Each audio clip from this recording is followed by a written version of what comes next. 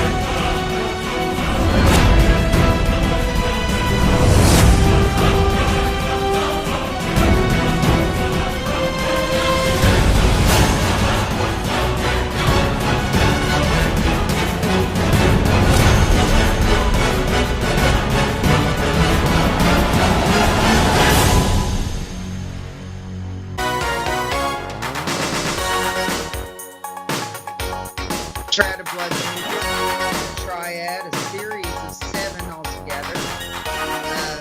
We have seen the first 5 seals open previously.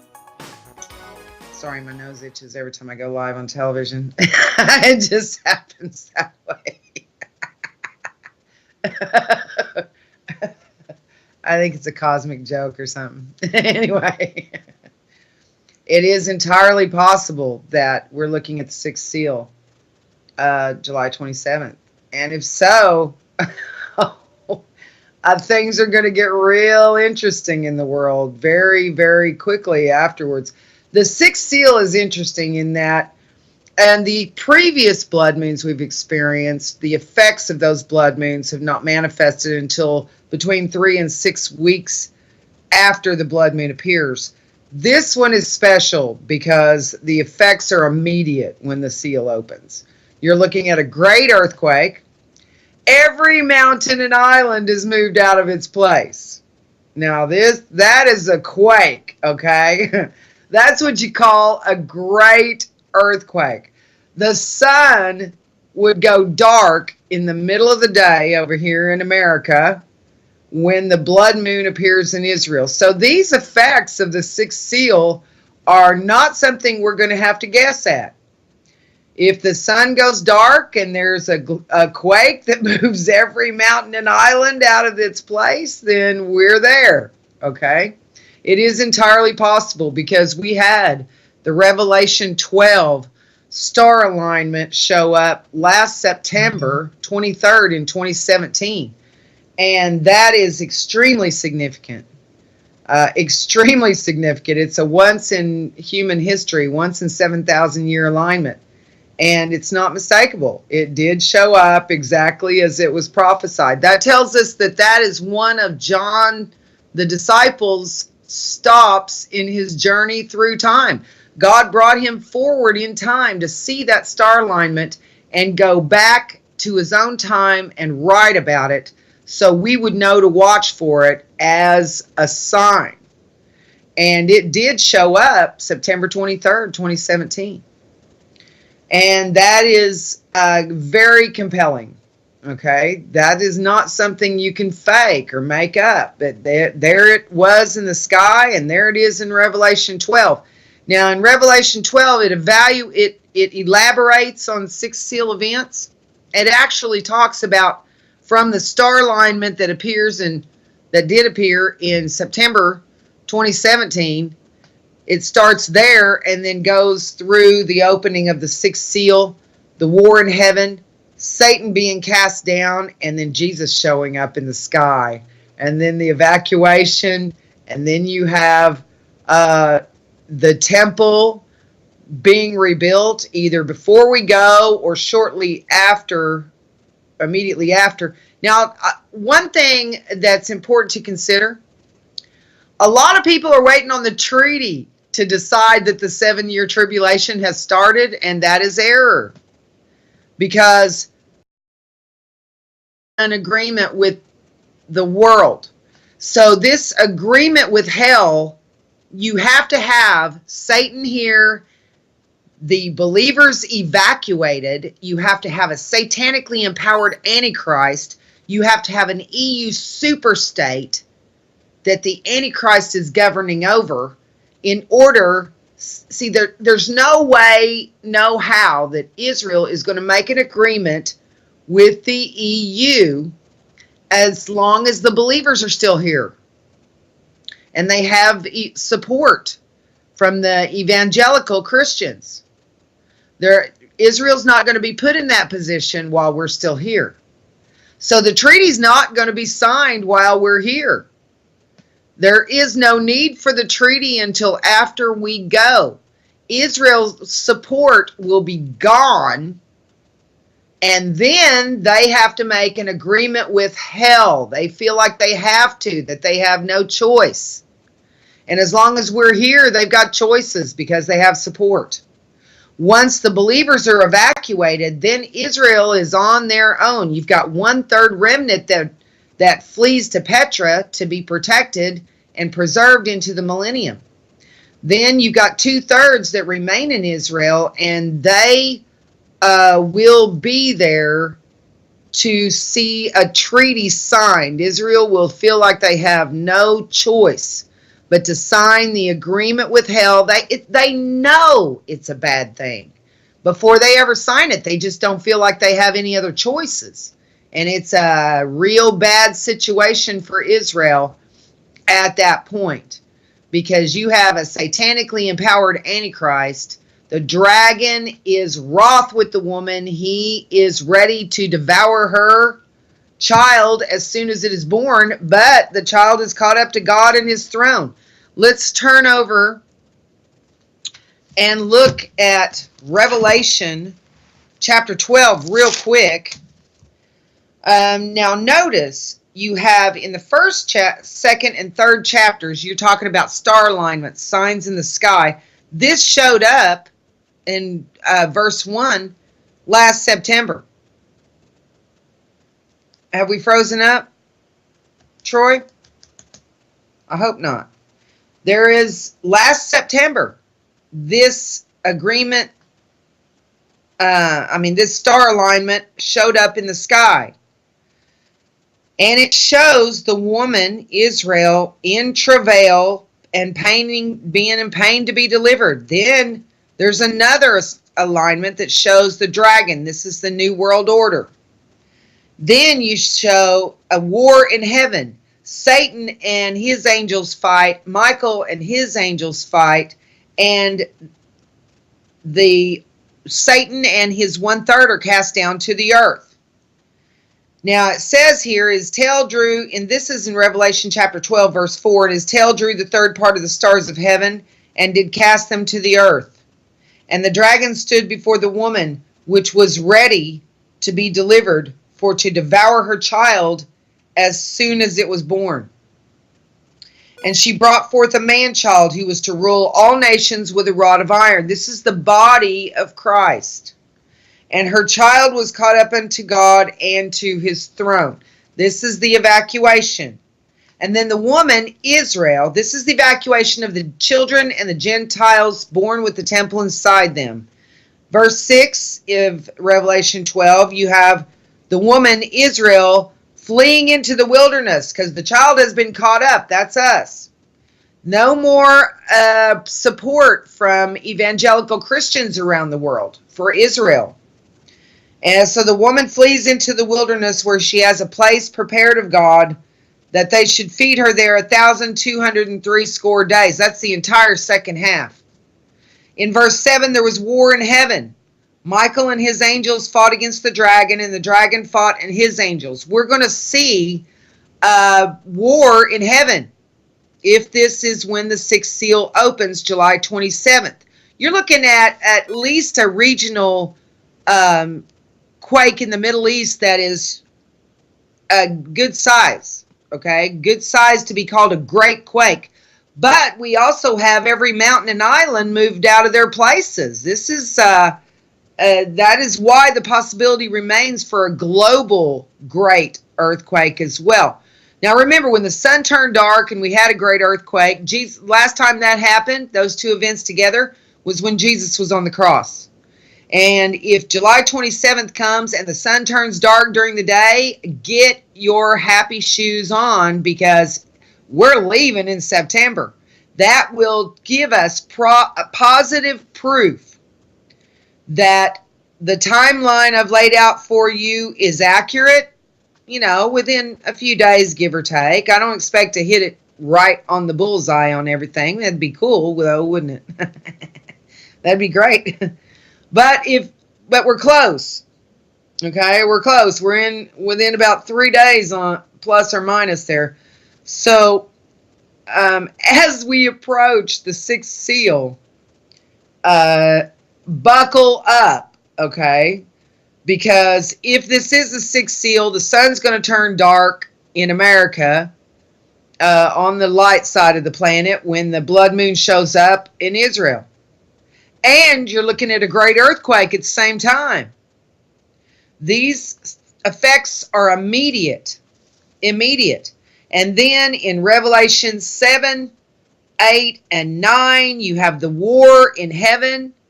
If the sun turns dark and there's a great earthquake, the sun has to turn dark during the day when that blood moon shows up over Israel. Now, if it does that, buckle up and be prepared. If it doesn't, then we rule that out and we go back to the drawing board and we start looking for other possibilities, because I don't have any other possibilities right now. This is it. This is kind of the last one. This is where it all comes together, where Daniel's equation is concerned. And the reason nobody has been able to figure these things out in the past is because they have not been using Daniel's equation, and you must solve Daniel's equation to get this information. That's why it was so important for Gabriel to get this information to Daniel. He fought the Prince of Persia for 3 weeks, and then Michael came and took over the fight so Gabriel could get the message through. This is the basis of everything that we know about end-time Bible prophecy, is that message that got through to Daniel. And it is very precise information.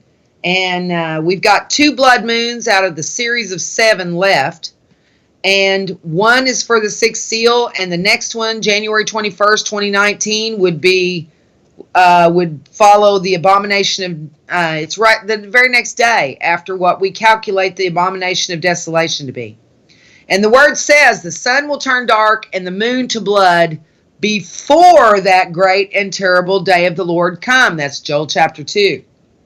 So this is going to get real interesting as we move closer to July 27th and find out. I mean, either it'll come and go without event and I'll be scratching my head and wondering how we go forward from here, or the sun will turn dark and there'll be a great earthquake and it'll be time to prepare to go. Okay? This is going to tell us everything on July 27th. If it comes and goes, then it's back to the drawing board. But it might not. Now, if it does produce those 6 seal effects, then we've got a situation between July 27th and September 10th or 11th where you're going to have all of these 6 seal events coming to pass. And go over to Revelation chapter 6, verse 12. And I beheld when he had opened the 6th seal, and lo, there was a great earthquake, and the sun became black as sackcloth of hair. It's important that the sun turn dark during the day on our side. The sun became black as sackcloth of hair, and the moon became as blood. And the stars of heaven fell into the earth. That's the angels. The stars and the angels are interchangeable in the word. Even as a fig tree casteth her untimely figs when she's shaken of a mighty wind. And that implies that they're all going to fall at once. Not just one here and one there, but they're all going to fall at the same time. Kind of like a meteor shower, something like that. In verse 14, and the heaven departed as a scroll when it's rolled together. and every mountain and island were moved out of their places. Now, I don't know if this great quake is going to move every mountain and island out of their places, or if it'll be a regional quake over there when the sun turns dark and the moon turns to blood. And then after that, when Jesus shows up, you have a great, every mountain and island moved out of their places. That sounds global, doesn't it? Something's going on. And then, get this. Now, Jesus, you have the sixth seal opens, great earthquake, sun turns dark, blood moon arrives. NASA says that's today that this blood moon arrives. And then you have war in heaven. And we should be able to see this war taking place if we watch. Positive and negative forces colliding in space. That's how Buzz Aldrin described it. Positive and negative forces colliding in space. So, if that happens, then you have Satan cast down. So it'll probably look like a meteor shower of some kind. And then Jesus shows up in the sky. And it's possible there's another great quake when he shows up. Because every mountain and island are moved out of their places. That's one intense quake, isn't it? Then Jesus evacuates the children and the believers, and the Gentile believers who are born with the temple inside them. He evacuates all of us to safety who are alive, and raises and regenerates those who have died. Now, because of the evacuation and all of the children being taken, and the Gentiles who are born with the temple inside them taken, people get scared out of their wits. This is after Jesus shows up in the sky. People are afraid. And then you have in verse 15, and the kings of the earth, and the great men, and the rich men, and the chief captains, and the mighty men, and every bondman, and every freeman, hid themselves in the dens and in the rocks of the mountains. They're scared because so many people have been evacuated. They don't know what to think about this evacuation. They don't know that we're being evacuated to safety. They think that we're being kidnapped by aliens. It sounds ridiculous, but what are you going to think when something shows up in the sky and then all the children disappear and the adult Gentiles with the temple born inside them disappear? What are you going to be thinking? You're going to be thinking, oh my gosh, let's hide. Because in verse 16, and set through the mountains and rocks, fall on us, and hide us from the face of him that sitteth on the throne, and from the wrath of the Lamb. They're hiding from Jesus. They're not hiding from Satan. They're not hiding from quakes. As a matter of fact, the last thing that you want to do after a global quake is go underground. Okay, that's the last thing you want to do. But they're hiding underground. They're hiding from Jesus. They do not understand that those who have been evacuated have been rescued. Chosen to be rescued, and will be brought back just as alive as we are taken. It is appointed unto man once to die, and there is nothing that says we are automatically translated. It says we shall be changed. But keep in mind, on the Mount of Transfiguration, there was a change that took place. Jesus changed to where he glowed, and then he changed back. Also, you had Moses and Elijah in a glorified kind of state, but they're still alive. And they will appear as the two witnesses. They haven't died yet. So, even though they were glowing and just appeared like that, that doesn't mean that they are regenerated, because they are going to have to come here and die. And for Moses, it looks like he dies twice, because he died once before. There was a dispute over his body with Satan. Because under the law, those who are under the law die twice. Okay? You've got the first death when you leave your body, and then you got the second death, which is to be cast into the lake of fire.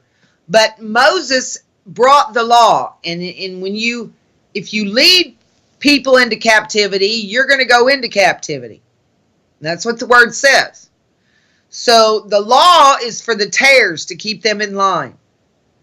And we love the law. It's good, it's holy, it's perfect, and can maintain the peace.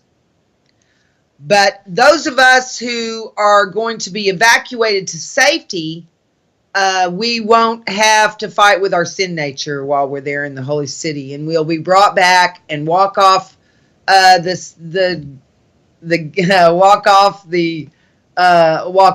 city, just like Noah walked off the ark to start all over again. It's going to be very interesting how this all plays out. Now, as you can see in Revelation chapter 6, verse 16 and 17, it's telling us Jesus is here. They're hiding underground, I think, because of the evacuation. They don't understand that those who were taken to safety. They are afraid because they don't know what happened to us. They may think we're kidnapped by aliens. Who knows what they'll think? But they don't know that we're being evacuated to safety before everything is destroyed. But that's the case. Hi, Andrew. Are you doing okay, brother?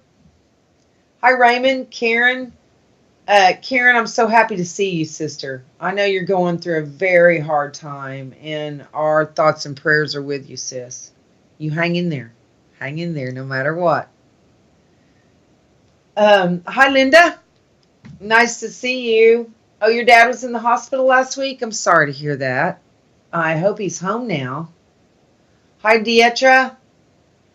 Eli. Joanna.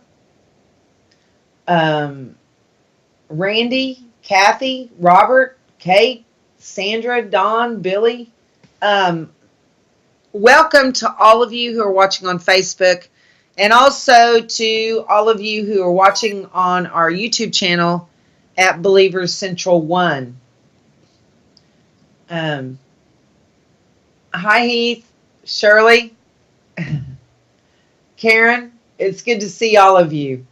Okay, let me see what time it is here. We're almost to the bottom of the hour, but it's going to be, when we come back from our break, I want to be able to take your questions about the sixth seal. So if you have any questions regarding the sixth seal and these things that are coming up, possibly July 27th, we'll just have to see how it goes.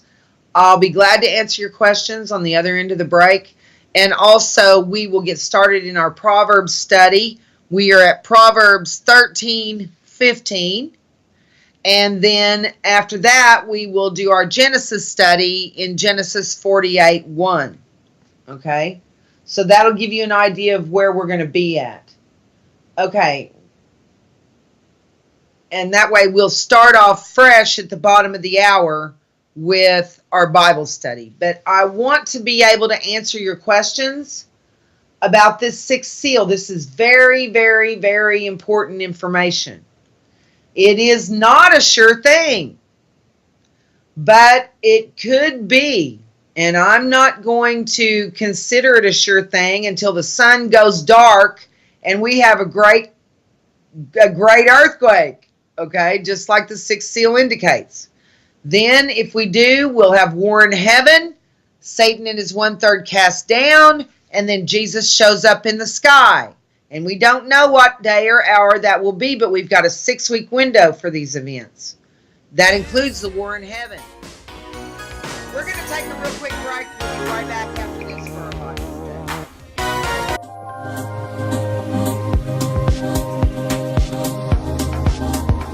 study. Straight up.